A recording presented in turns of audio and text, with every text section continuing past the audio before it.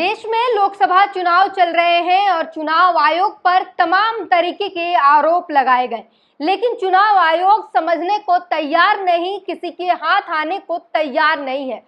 और इसी सिलसिले में डीएमके ने कुछ ऐसा किया जिसके बाद से चुनाव आयोग परेशान है और 4 जून को न सिर्फ परिणाम आएंगे बल्कि चुनाव आयोग पर नकेल कसने की जो तैयारी की है डीएमके ने, उसका भी हिसाब किया जाएगा। चुनाव आयोग का हिसाब किया जाएगा और आंकड़ों में हेरफेर बिल्कुल बर्दाश्त नहीं किया जाएगा। पूरी खबर विस्तार से समझेंगे। आखिर डीएमके ने ऐसा क्या कर दिया कि चुनाव आयोग लगातार परेशान है और उसकी नकेल कसी गई है। नमस्कार, मैं ब्यूटी गिरी और आप देख रहे हैं नेशनल दस्तक। जी हाँ, चुनाव आयोग जो जिस तरीके से रवैया अपनाए हुए इस पूरे लोकसभा चुनाव में, जिस तरीके से चुनाव आयोग पर तमाम तरीके के आरोप लगे, लेकिन चुनाव आयोग उन हर आरोपों को नदारद करते हुए आगे बढ़ता जा रहा है और किसी भी तरीके से सुनवाई की कोई गुंजाइश ही नहीं बचता। ऐसे में डीएमके ने कुछ ऐसा किया है जिसके बाद से चुनाव आयोग परेशान है, हताश है और उसे ये समझ आ गया है कि अब आंकड़ों में हेरफेर अब नहीं चल पाएगी। और डीएमके ने अपने ट्वीट से ये साफ बता दिया है कि उसने क्या कुछ तैयारियां की हैं। सबसे पहले डीएमके की ट्वीट पढ़ लेते हैं, किस तरीके से वो तैयारियां की गई हैं, चुनाव आयोग पर किस तरीके से नकेल कसने का काम किया गया है, वो आपको ट्वीट के माध्यम से पहले पढ़ के बता देते हैं। डीएमके आईटी विंग ने ट्वीट किया, बूथ स्तर के मतदान डेटा के विश्लेषण और संकलन के माध्यम से चुनावों के दौरान एक अनूठी भूमिका निभाता है। चल रहे आम चुनाव में हमने तमिलनाडु के 68,320 मतदान केंद्रों में फॉर्म सी 17C एकत्रित किए। डेटा के संकलन और उनके विश्लेषण पर काम पिछले 25 दिनों से चल रहा है।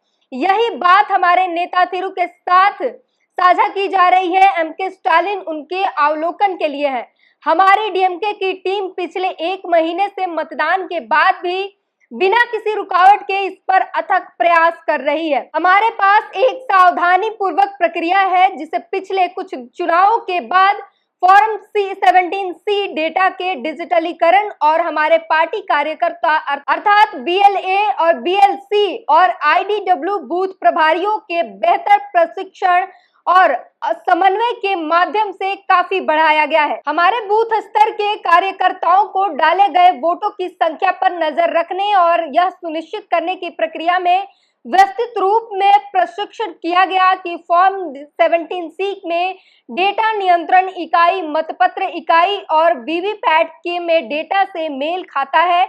इसके अलावा मतगणना केंद्रों पर सत्यापन सुनिश्चित करने के लिए वोटिंग मशीन की विशिष्ट आईडी संकलित की जाती है। डीएमके आईटी विंग यह सुनिश्चित करती है कि हमारे सभी प्रतिनिधि मतगणना के दिन सही डेटा से लैस हो ताकि उचित प्रक्रिया का पालन किया जा सके, जिससे डीएमके और उसके सहयोगों को भारी जीत मिलेगी। तो ये डीएमके की टीम के तरफ से जो है काम किया गया है और वो उसको लेकर सोशल मीडिया पर लोग सराह रहे हैं।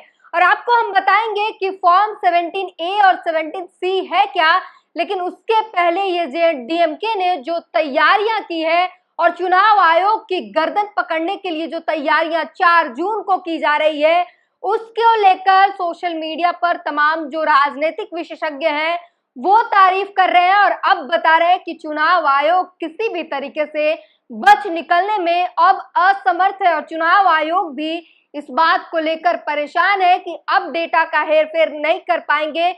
अगर हेरफेर की बात करें तो आपको याद होगा पहले और दूसरे चरण में किस तरीके से मतदान खत्म होने के देर रात तक जो चुनाव आयोग डेटा देता है वो कुछ और रहता है और जब दूसरे दिन डेटा दिया जाता है तो वो डेटा कुछ बढ़े हुए नजर आते हैं।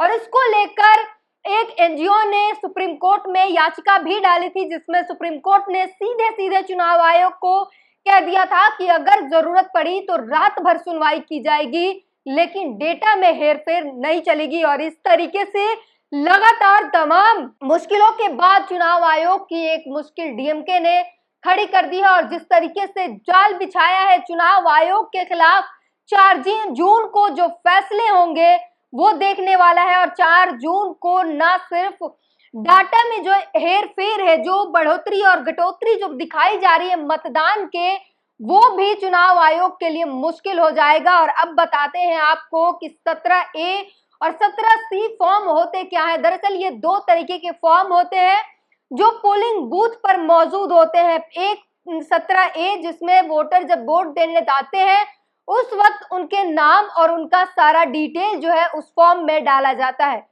वहीं 17C जो सबसे इंपॉर्टेंट फॉर्म होता है जिसके माध्यम से पता चलता है कि कितनी वोटिंग हुई है, जहां पर मतदाता को मतदान के बाद जो है वीवीपैट की पर्चियां जो होती हैं उनकी जो वोटिंग होती है, और यहाँ पर फॉर्म सी में जितनी वो आंकड़े होते हैं वो बराबर करने के लिए जो होते हैं, ये मतदान के बाद की प्रक्रिया होती है। और ये सूची जो है, जो वहां पर पोलिंग एजेंट होते हैं जो निरीक्षण करते हैं, उनके हाथ अवेलेबल करवाया जाता है, जिसको जो है डीएमके ने पूरी तरीके से सारे पोलिंग बूथों से एकत्रित किया और एकत्रित करने के बाद डिजिटलाइज करके उससे संजो कर रखा हुआ है।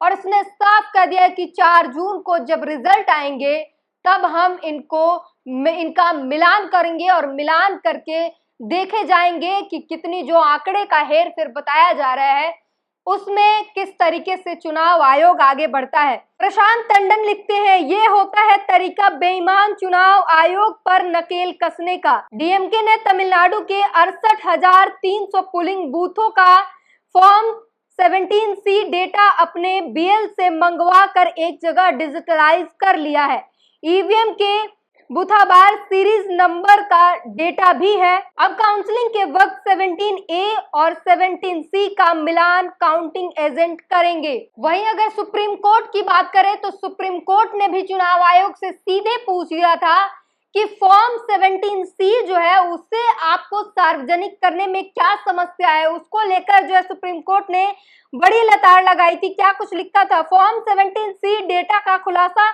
क्यों नहीं किया जा सकता। सुप्रीम कोर्ट ने जल्द ही मतदान संख्या प्रतिशत करने की याचिका पर चुनाव आयोग से जवाब मांगा। चुनाव आयोग जो लगातार हेर फेर करने की कोशिश कर रहा था और उसको लेकर जो है सुप्रीम कोर्ट ने भी नकेल कसी और उस पर सीधे कह दिया कि फॉर्म 17C जो है उसके आंकड़े बताने में इतनी समस्या क्या है। और अगर आपको एक ट्वीट पहले 2 चरणों के चुनाव के बाद की एक ट्वीट बता देते हैं जिस पर विपक्ष ने बड़ा आरोप साधा था। चुनाव आयोग के पहले चरण के मतदान के बाद बताया गया वोटिंग 60% हुई थी, जबकि अब बताया गया कि 66.14% हुआ। दूसरे चरण के मतदान को बताया गया था कि 61% वोटिंग हुई। अब चुनाव आयोग द्वारा वास्तविक आंकड़े में 66.71 बताया जा रहा है। और इसी तरीके से बार बार चुनाव आयोग की तरफ से आंकड़े बदले जाना शक की निगाहों को जो है पुख्ता कर रहा था, जिसके बाद तमाम लोगों ने सवाल उठाया। और अब डीएमके ने जो है पूरी तैयारी कर ली है चुनाव आयोग के खिलाफ, और वो तैयार है कि जब 4 तारीख को परिणाम आएंगे तब हम वीवीपैट की पर्चियां, वीवीपैट ईवीएम से यहाँ तक कि ईवीएम जो फॉर्म C होता है उसमें ईवीएम के नंबर, सारी पर्चियों के नंबर और सब कुछ सारी डिटेल होती है, और वो सभी आंकड़े जो है फॉर्म C में दिए जाते हैं और सभी आंकड़ों का मिलान कराया जाता है उस दिन। और इसी वजह से जो है चुनाव आयोग परेशान है। आपको बता दें, नवभारत टाइम्स लिखता है, कंडक्ट ऑफ इलेक्शन रूल्स 1961 के तहत कुल मतदान और कुल वोटर्स का डेटा 2 फॉर्म में भरा जाता है, फॉर्म 17A और फॉर्म 17C। मतदाता को वोट करने की मंजूरी देने से पहले पोलिंग ऑफिसर फॉर्म 17A में वोटर को इलेक्टोरल नंबर दर्ज करता है। वहीं फॉर्म 17C तब भरा जाता है जब पोलिंग बंद हो जाती है। ये 2 पार्ट में होते हैं। 17C जो है उसके 2 पार्ट होते हैं। पहला पार्ट जो होता है, पहले दूसरे पार्ट की बात कर लें तो दूसरे पार्ट में नतीजा होता है, और पहला पार्ट जो होता है वो दिन भर भरा जाता है। एक्टिविस्ट के समूह इसी पार्टी के डेटा जो है उपलब्ध कराने की मांग कर रहा है। आपको बता दें कि 17C का जो फॉर्म है वो 2 पार्ट में होता है। एक पार्ट होता है जो पोलिंग स्टेशन का नाम और नंबर, इस्तेमाल होने वाले ईवीएम का आईडी नंबर, उस पोलिंग स्टेशन के लिए कुल योग्य वोटर की संख्या, कितने लोगों को वोट नहीं करने दिया गया, प्रति वोटिंग मशीन में दर्ज वोट आदि की जानकारी होती है। वहीं फॉर्म 17C के पार्ट 2 में उम्मीदवारों के नाम, उन्हें मिले वोटों की गिनती और कुल वोटों का ब्यौरा होता है। फॉर्म 17C का यह पार्ट मतगणना के दिन भरते हैं। मतगणना के दिन ईवीएम में डाले गए कुल वोटों का मिलान उम्मीदवारों या उनके एजेंटों की उपस्थिति में फॉर्म 17C में किया जाता है। काउंटिंग सुपरवाइज फॉर्म C के 2 पार्ट में स्पष्ट करता है कि गिने हुए वोटों और दर्ज किए हुए वोटों की संख्या में कोई गड़बड़ी नहीं है। इसे चुनाव लड़ने वाले उम्मीदवारों और एजेंटों द्वारा साइन किया जाता है। अगर गिनती में कुछ कम ज्यादा होता है तो उम्मीदवार इसको चुनौती दे सकते हैं। तो ये है फॉर्म 17C, जो कई मायनों में खास है और ये बताता है कि वोटिंग वहां पर जो है कितनी प्रतिशत हुई है, जो वोटर आए थे उन्होंने कौन सी आईडी लाई थी, वोटर की जो ब्यौरा होता है, डिटेल ब्यौरा, वो फॉर्म 17C में होता है। जो वोटिंग पड़ी है उनकी संख्या और 17C की जो नंबर है, वोटरों की जो नंबर है, वो बिल्कुल सेम होनी चाहिए। और कई मायनों में इसी तरीके से जो है पता चलता है कि कितनी % वोटिंग हुई है, कितनी महिलाएं कितने पुरुष जो है वो रहे। वोटर आईडी से लेकर हर एक प्रूफ जो है 17C में होते हैं, जिसमें गड़बड़ करना मुश्किल होता है और वही डीएमके ने किया है। और 4 जून को जब रिजल्ट आएगा तो वो बता रहे हैं, डीएमके साफ कह रहा है कि चुनाव आयोग के आंकड़ों पर हम नजर रखेंगे और उस दिन बताएंगे चुनाव आयोग को, और अपनी जीत के लिए जो है पूरी तैयारी करके बैठे हैं। 4 जून को क्या होने वाला है, आप अपनी प्रतिक्रिया हमें इस वीडियो पर जरूर दीजिए।